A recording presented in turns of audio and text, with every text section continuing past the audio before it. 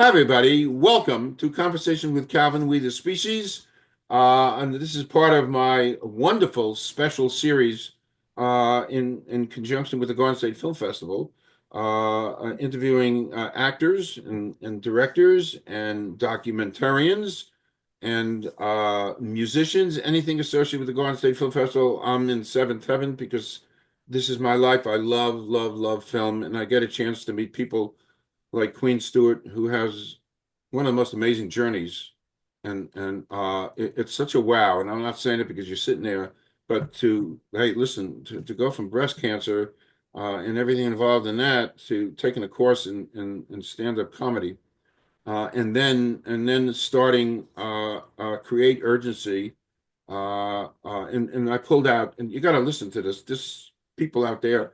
And she talks about having a sense of urgency to reclaim joy, and a whole bunch of times she's going to talk about joy, and we're talking about cancer and stage three and stuff. So she create urgency. We can talk about that, and then this this documentary, Sense of Urgency, boom, and best documentary, and now it's in the Garden State Film Festival. By the way, you don't have too far to go. It's right in your backyard, kind of. Asbury. So my Yeah. monologue is done. This is such a special thing for me because of your journey, and Yeah, thank you for being. So take it away, Queen. thank you. Do a little Thank you so background. much, Calvin. And We the Species, I love that name. So when I got the email about your podcast and I looked online and I looked up you and thank you for what you're doing because the human race, that's what we are. Human beings, we're a species. We the species and yeah, we are amazing, but at the same time, we are small. And the small things that we do while we are here are important for other people. And I think that's what my journey really brought me to. It brought me to my purpose. I'm in Voorhees now. That's where I live, but I am from Asbury Park. Yep, yep. And that's not so far from Asbury, but yeah, Asbury, born and raised, New Jersey, born and raised, educated. I live here now with my family, and I have a story to tell, which is what we did in Sense of Urgency. And I really hope that people are able to come out and see the film and to be inspired to find joy in their lives. Really search for it and figure out how to keep it because joy is number one. It's a form of resistance and it's also what keeps us going. Fabulous. I mean, Mhm. that's a great intro. So what inspired you? I mean, I know, but what inspired you to create urgency, which of course gave birth to sense of urgency? Uh, and what impact would you want this to have on people's lives? Yeah. Well, I found my own lump. October 2021, I put my arm down one day, my right arm, and it was literally just brushing up on the side, Mm. my lump. At the time, I was 35 years old. On the eve of my 36th birthday, I was diagnosed with stage three breast cancer in Breast Cancer Awareness Month. So October is it is one of the weirdest times of year for me because it was always my favorite holiday, my birthday, but now is also a moment where I have to be reminded that I made it another year, but with the gratitude I keep going.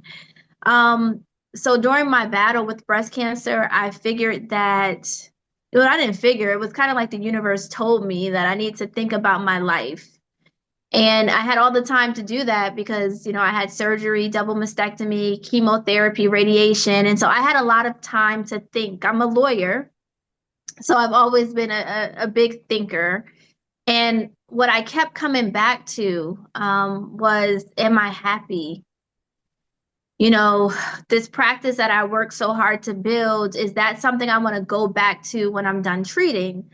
Um, is there real joy in my life? And those are the questions that I was just going through day after day, chemo session after chemo session.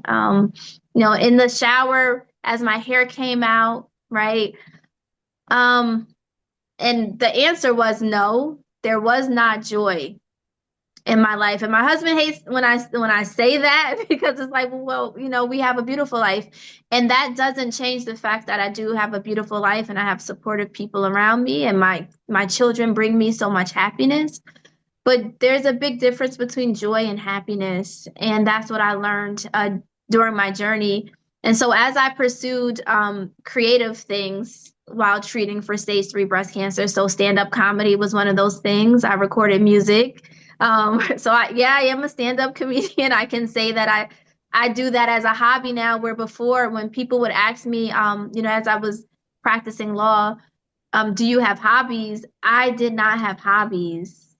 And it was kind of strange because I didn't think that, people needed hobbies. I just like, I would say, oh, I watch my favorite shows when I get a moment to do that. But now I have real hobbies and I have real joy deep in my belly. Like I have times when I'm with my kids at their extracurricular activities and I get tears in my eyes because I'm so grateful that I can be here to watch them do what they're doing versus being annoyed that I have to be here. It's a different feeling when that perspective changed. So I knew that I couldn't keep this to myself. It should be documented. One for my children, I have 2 girls. They're 5 and 10 now. So I needed them because in the back of my mind as a breast cancer survivor, there's always for a survivor that thought of what if this comes back? What if something happens? So I knew I would have this film that they can watch and always feel strong and inspired by me. But now, when other people watch it, I hope that I bring them some inspiration and also urge them to think about their levels of joy. Okay. Wow. So, your cancer journey has been shared on some news platforms, I think ABC and CBS and stuff. And interestingly, people usually experience these types of journeys in private. Um, what did it feel like, and what does it feel like for you to share your cancer journey with the public like this? Um, it was therapy. It still is therapy.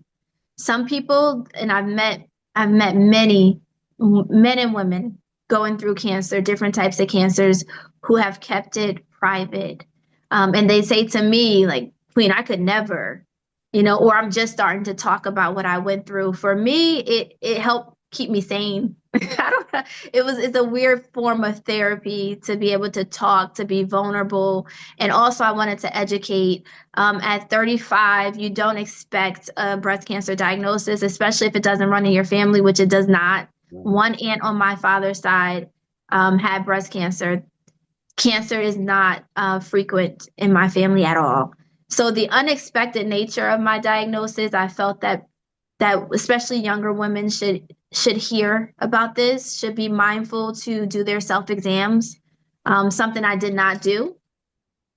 That was a mistake, right? Because early detection is the greatest form of prevention, right? It's the first level is early detection.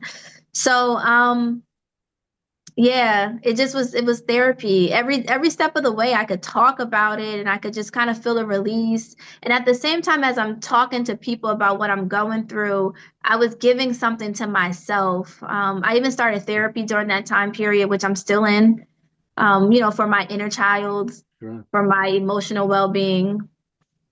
Okay. By the way, I Mhm. wore this color sweater in your honor. Thank you. Pink, pink is the color, for Yes, it is. so Yes, I it wore is. that for you. Before I had daughters, I hated the color. Oh, Right? And then the daughters came, and then breast cancer came, and guess what? I love pink.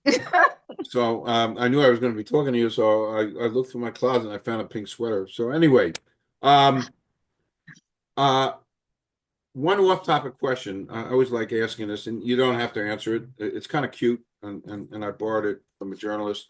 Um, you can give a couple answers, whatever, but it's cute. Anyway, excluding family or friends, somebody living or dead you'd like to spend a day with. Oh, mm. You can do one, two, three, whatever. It's just I would have to say Angela Bassett. I met her one time. And there's so many, right? But I met her one time. I stayed after it was on my birthday. She was in a play called The Mountaintop. And it was about that last night with Dr. King before his right, assassination. She right. was in that play. And I stayed in the cold to meet her. And there's something about her presence on screen, right? And definitely in person that just is so deep. I would love to sit with her. Funny you said what you just said um, about that play about Dr. King's Last Night because I wrote about that in my novel. He was giving a speech to the sanitation workers, Yeah. and he gave that speech. I may not make it to the promised land, kind of thing. And I was a young kid at the time, and I was a big fan of Dr. King. And when I heard him say it, that bothered me a lot, and I didn't Mhm. understand. And of course, the next day, he was assassinated. But that moved me enough to write about it. Interesting, Yeah. you said that. Yeah. Okay, moving on. This is great. You're so delightful and real, and you've been there. So, um, and again, a sense of urgency. I know this one best documentary in the Queen City uh, Yeah. film as a documentary. And so, what are the common challenges people face when trying to find joy in their lives? And how do Yeah. you uh, help them to overcome obstacles? Yeah. Yeah. I mean, there's so many obstacles when finding joy. I mean, first there has to be an awareness that you don't have it. And that's hard, right? That's because people, especially if you're at a certain level of accomplishment, um, you're in certain groups, on boards, have friends, and then you say to yourself you don't have joy. That can be kind of astounding for some to realize that. So there has to be an awareness that there's something missing when when that fleeting happiness goes. Are you content with yourself? Can you sit down and just be full of gratitude with your life? So that's an obstacle right there. Number one, saying to yourself that I'm not joyful. No, I find that people are not truly honest with themselves about their wellness. So physical, mental, and spiritual wellness, emotional wellness. You can't get to joy without that. I like to give an example of a pyramid, and this I did not create, but I heard it, and I love the analogy. Right? If you have a pyramid that has three layers, that bottom base is your physical, emotional, mental well-being. If that foundation is rocky, so let's say what you eat, what you put in your body. Are you not being very kind to your body? Um, is your mental wellness not okay? Are you out of balance, or emotionally are you unstable? There's no way to have joy if that foundation is not right. So you have to, number one, start there. The middle layer is the relationship that you have with the relationship that you have with yourself. Now we're talking about self-love, self-care. Um, can you look in the mirror and say that you like yourself? Are you kind to yourself? If there's problems there, then you're not a full person. And then that top tip layer is your relationship with other people, right? Do you have the appropriate boundaries? Are you giving to others? Are you respectful? Like, so when you talk about joy, you have to look at yourself as a whole person. How whole are you? Because you can't really get to joy if you aren't a whole person. And so I like to talk to people in those those levels, those steps to look at every aspect of your life, and then we can talk about joy. All right. I know you see me writing. I'm taking notes. I'm taking notes. I'm a Rutgers guy. I take notes. Yeah, So I see I about just this. drew a picture of the triangle because I think that's great. No, I do. I'm taking notes. I don't know how Wonderful. many. I know Johnny Carson or Jimmy Fallon or Jimmy Kimmel. They don't take notes, but I do. You said, I do. So, you worked with you work not work but work with a variety of audiences, and you speak to a lot of people through your work. Do you have any kind of memorable interactions with anybody in particular or a group or something? yeah, yeah, for sure. Let me see. Well, it got a little sticky. I was speaking with I want to get their name right. Community Association, I want to say Institute of New Jersey. So it's basically like a HOA group for the state Okay. of New Jersey. Okay. I spoke at their conference last year about joy, about perspective. It was like the power of perspective. And after my remarks, there was a gentleman in the audience who I learned was very religious, right? And I don't lead with religion myself, but fun fact, the more I study joy, the closer I am getting to what may be called God. So we could talk about that another time. But he came to me and he wanted to talk about the inherent evils in the world. And I don't know if this is what you was looking for in this question, but it took me completely off guard because I don't think about inherent evils of the world. I just think about me and how I can be joyful. So whatever inherent evil I may encounter, they're not going to win because I'm going to keep my joy. So, but he wanted to have this debate about Uh-huh. the good Uh-huh. and the bad right after I got off the stage. And I was just, that's memorable for me because I have to realize that, people are going to come to my talks with very different world experiences. And I have to be prepared for that. Yeah, you sure do. You sure do have to be prepared. That's when you're putting yourself out there into a strange world, and you don't know what to expect, and you're really out there and doing the work that you're doing in the lectures and stuff. Uh, Yeah. I'm spoiled. I sit here in my little contained little office and the little Zoom, and I don't expose myself to that. I don't want to. Okay. Yeah. You're brave. I'm not. I mean, yeah, you talk about inherent evils. I'm like, excuse me, sir.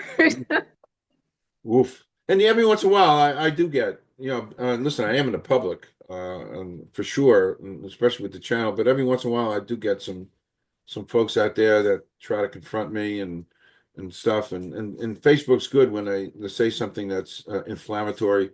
You can hide their comment right away, and I hide their comment. And Block, block. no confrontation, because I'm older, and I've known that.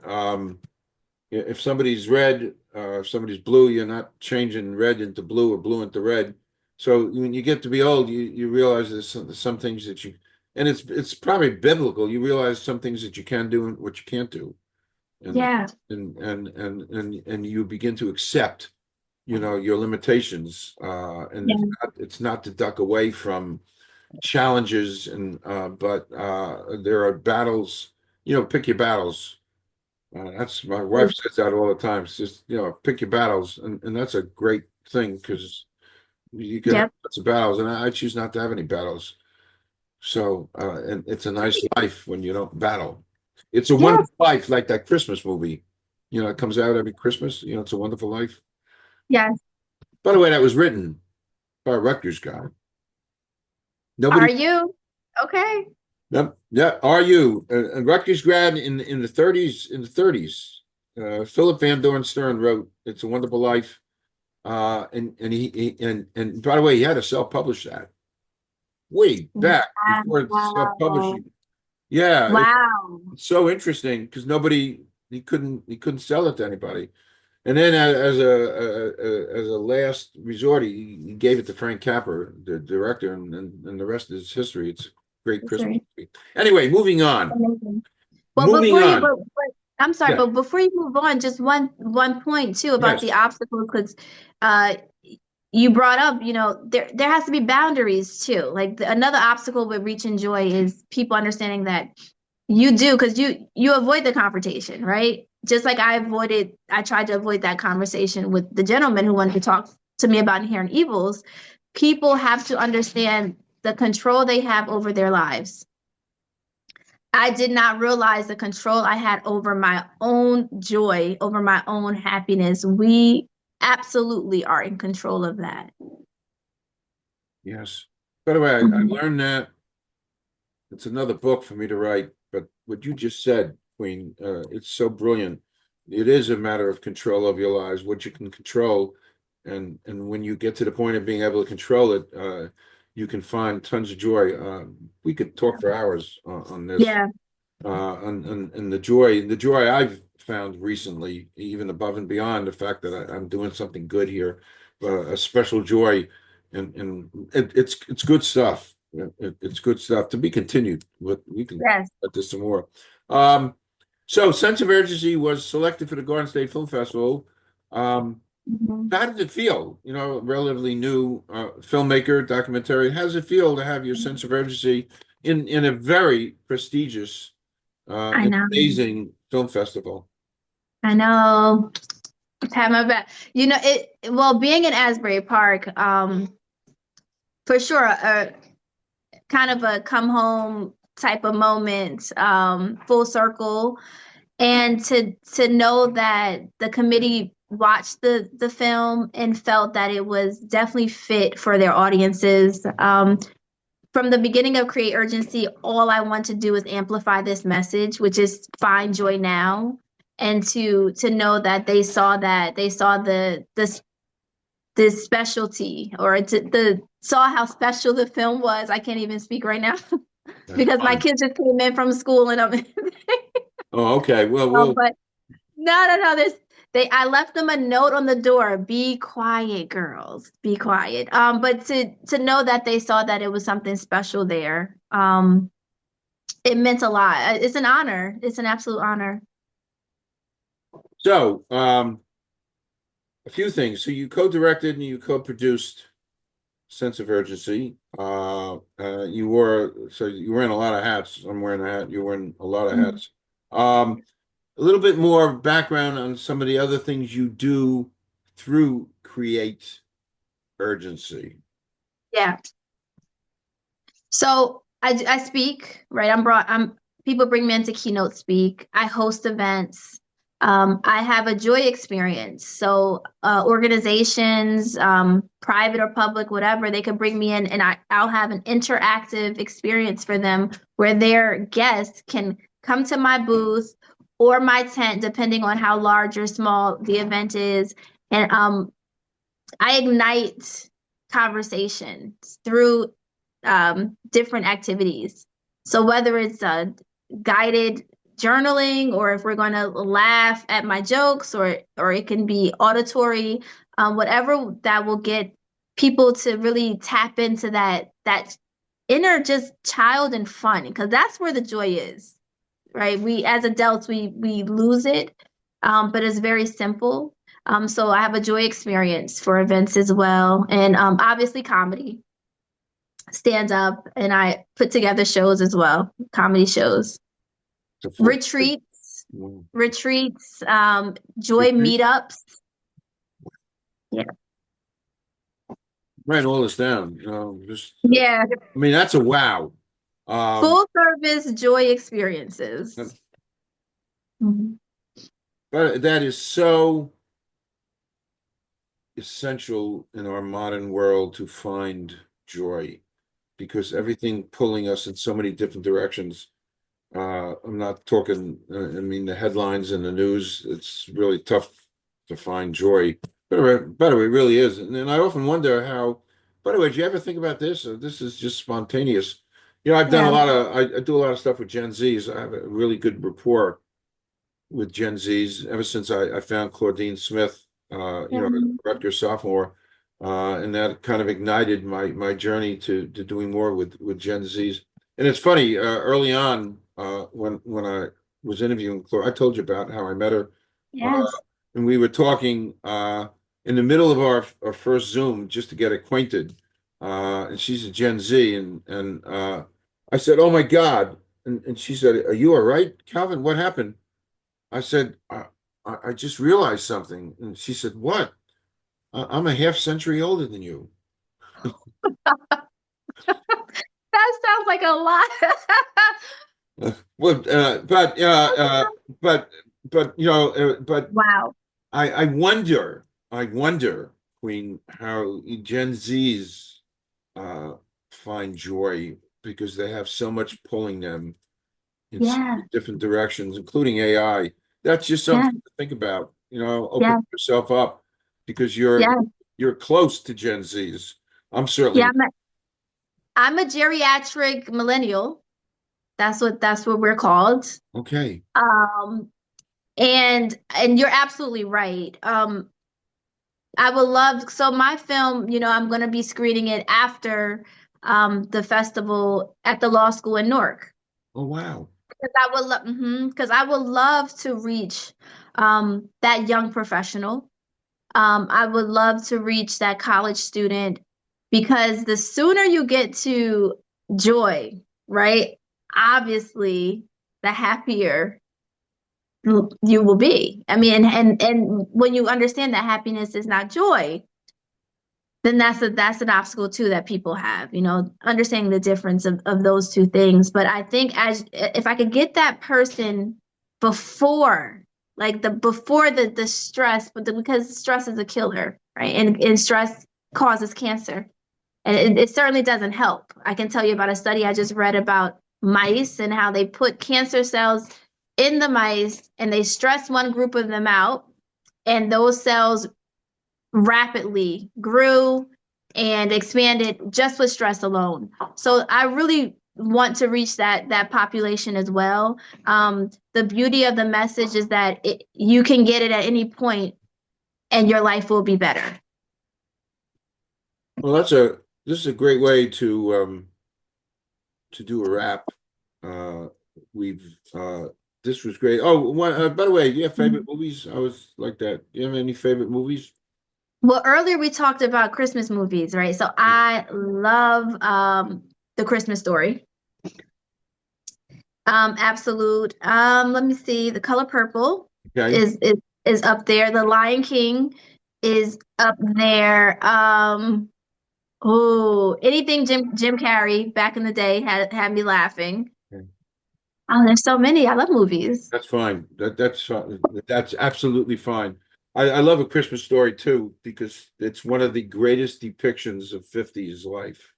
It's nice. It's Yeah. so nice, and I came out of the 50s, living Yeah. in Newark. I was pure 50s, and it was so long ago that a truck used to pull up to our house and take a chute Mm. and put coal into our basement, Mm. shovel. You think Oh, uh, you think I'm living on a little house on a prairie here, like a million years ago. I mean, it's within my lifetime. So they would put the coal, and my father would shovel the coal into the coal burner to heat the house. And I came out of that. And I'm not 98, I'm not 120, but anyway, one quick thing, when you do law school at Rutgers, you're going to let me know about that because I have yeah. 14,000 Rutgers people in my LinkedIn network, and I'd love to let them know about that. Yes, absolutely. I'll Yes, keep yes, you yes, posted. yes. So, this was great. Yes, it You did was. great. We Thank you. accomplished. I'm actually going to take stuff away about joy, and I know about joy, and the things that Mm. I've discovered. You've kind of accentuated that and strengthened that the belief about joy and how great it is to find joy in the life. You are amazing and you're an inspiration, and I'm so glad Thank you. the universe helped to bring us together. I'm wishing you all good things at the Garden State Film Festival, a sense of urgency.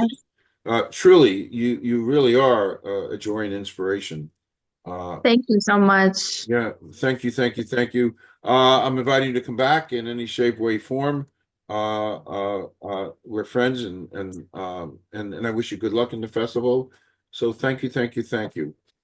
Yes, absolutely. And if your viewers, please check out my website, createurgency.net.